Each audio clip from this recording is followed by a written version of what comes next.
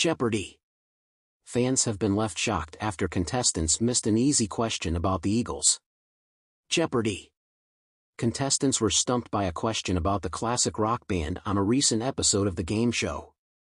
On the May 30th episode of Jeopardy, one contestant chose the category "The band's songs tell a story." He selected the $600 question, which Mayim Bialik read, "One of these nights, I'll tell you this band did Pretty Mates all in a row, but I can't tell you why." "I Can't Tell You Why" is one of the Eagles' biggest hits, and the other two songs in there were certainly hints too. After a short period, no one buzzed in to answer the question. A seemingly stunned Mayim looked at everyone and replied the Eagles, the correct answer to the question. "No," she asked quizzically, before moving on. No one seemed to know the band's songs in the group of contestants, which bothered music lovers to no end. "Can't believe it." Twitter erupted, "They didn't know those were Eagles songs?" "I can't believe nobody got that Eagles clue," wrote another fan. Mayim said the Eagles, but they are just Eagles, accused a third. "They didn't know the Eagles?" "What?" wrote a fourth, especially since there were 3 song titles in there.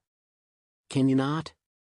Meanwhile, co-host Ken Jennings shocked fans after he shared an NSFW joke on social media on Tuesday. Ken, 49, took to Twitter and shared a Garfield comic book strip that featured 3 images. Alongside the picture, Ken tweeted, "Happy 33rd anniversary of the Garfield strip where John drinks dog semen." Some of his followers were shocked at the tweet as one person replied, Ken, why, man," followed by laughing face emojis. A second person tweeted, "This is not a tweet I expected to see today." A third replied, "This can't be real," and a fourth admitted, "This was not how I expected to discover your Twitter account." Someone else fumed, "You just went down a notch in my opinion of you. Have a little class, man." Other Twitter users tried to make sense of the comic strip and argued over what it actually implied. One person shared a quote from cartoonist Jim Davis, who drew it. Ken replied to the tweet and said, "For the record, I totally buy Davis's farm boy explanation." Ken's cheeky post came just 1 week after he celebrated his 49th birthday on May 23rd. The former Jeopardy! Contestant is currently on a hiatus from hosting duties, and Mayim Bialik is filling in for him.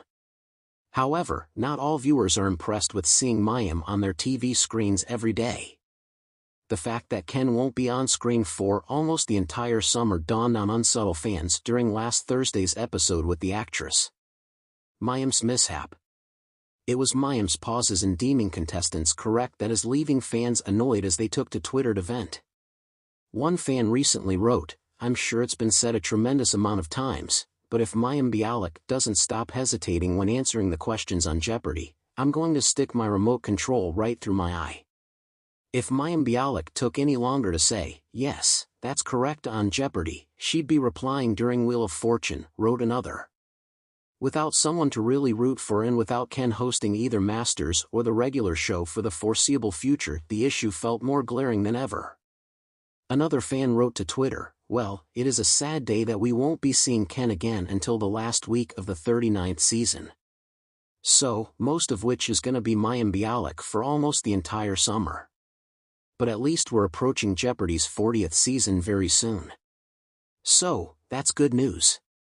Another person wrote, "Watching Mayim versus Ken hosting Jeopardy is night and day." A third wrote, "At Jeopardy I'm not looking to whine, but tonight's match is one of the slowest I've ever watched. And Mayim has to get quicker on her confirmations." And this week, fans spotted the worrisome setback with Mayim's hosting yet again and urged the show's producers to address it. On Monday's episode, Mayim's hosting pace came to a head during 2 glaring instances. Niranjan Murali, an education policy professional, faced Travis Lee, a systems engineer, and Diandra D'Alessio, a technical writer who won and has amassed $15,700.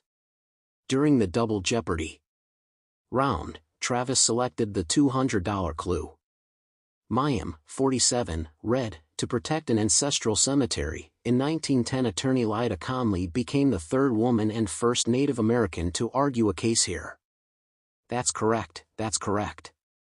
Travis responded, "What is the Supreme Court?" which was the intended response. However, Mayim didn't rule one way or the other for multiple seconds, to the extent that Travis nervously smirked and added, "Of the United States." Mayim then hastily interjected during his addition, "That's correct, that's correct." Later on, under the category the Gulf of Mexico, Travis landed on what wound up being a crucial daily double clue. He wagered a sizable $6,000 and Mayim read, "This 76,000 square mile peninsula juts up into the Gulf's south end." Travis responded, "What is the Yucatan?"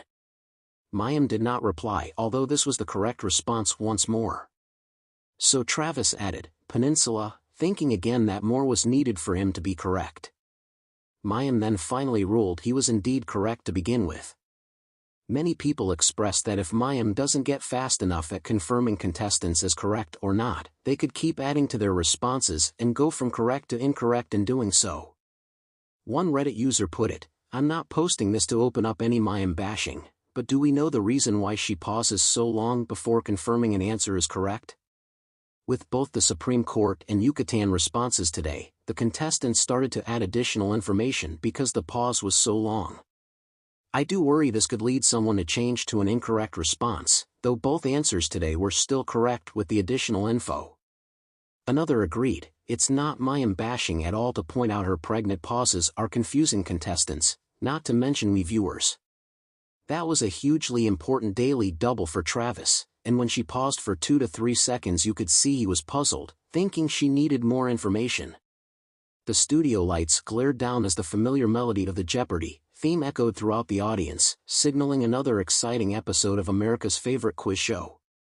Contestants stood poised behind their podiums, nervously adjusting their mics and glancing at the screens displaying the categories. Mayim Bialik, the beloved host, smiled warmly at the camera, ready to engage the audience with her intellect and charm. Yet, no one could have anticipated the moment that would soon leave fans and viewers alike utterly gobsmacked. As the game commenced, the contestants, Mark, a retired history teacher, Linda, a young software developer, and David, a college student, displayed a commendable knowledge of various topics. The first few rounds progressed without incident, with each contestant scoring points as they tackled categories like world capitals, famous scientists, and U.S. presidents. But the tension in the air shifted as the final category of the round appeared, iconic rock bands. Mark buzzed in first, eagerly selecting the $800 clue. This legendary British rock band, known for hits like Bohemian Rhapsody and We Will Rock You, formed in 1970.